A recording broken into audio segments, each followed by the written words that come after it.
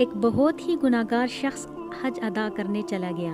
وہاں کعبہ کا غلاف پکڑ کر بولا، الہی اس گر کی زیارت کو حج کہتے ہیں، اور کلمہ حج میں 2 حرف ہیں، ہاں سے تیرا حکم اور جیم سے میرا جرم مراد ہے، تو اپنے حکم سے میرے جرم معاف فرما دے۔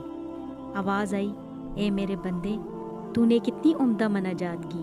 پھر کہو، وہ دوبارہ نئے انداز سے یوں پکارتا ہے کہ اے میرے بخشنہار، اے غفار، تیری مغفرت کا دریا گناہگاروں کی مغفرت اور بخشش کے لیے پرجوش ہے، اور تیری رحمت کا خزانہ ہر سوالی کے لیے کھلا ہے۔ الہی اس گر کی زیارت کو حج کہتے ہیں، اور حج 2 حرف پر مشتمل ہے، ہا اور جیم۔ ہا سے میری حاجت اور جیم سے تیرا جود و کرم ہے، تو اپنے جود و کرم سے اس مسکین کی حاجت پوری فرما دے۔ آواز آئی، اے جوان مرد، تو نے کیا خوب حمد کی۔ پھر کہو، وہ پھر عرض کرنے لگا، اے خالق کائنات، تیری ذات ہر عیب اور نقص اور کمزوری سے پاک ہے، تو نے اپنی عافیت کا پردہ مسلمانوں پر ڈال رکھا ہے۔ میرے رب، اس گھر کی زیارت کو حج کہتے ہیں، حج کے 2 حرف ہیں، ہا اور جیم۔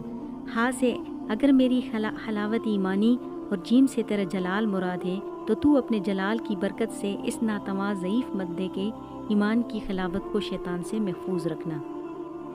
آواز آئی، اے میرے مخلص ترین عاشق و صادق بندے، تو نے میرے حکم، میرے جود و کرم اور میرے جلال کے توسل سے جو کچھ طلب کیا ہے تجھے عطا فرمایا۔ ہمارا تو کام ہی مانگنے والوں کا دامن بھر دینا ہے، مگر بات تو یہ ہے کہ کوئی مانگے تو صحیح، کسی کو مانگنے کا سلیقہ تو آتا ہو۔ یا اللہ پاک، ہم جیسے گناہگاروں کو بھی مانگنے کا سلیقہ اور توفیق عطا فرما۔ آمین ثم آمین۔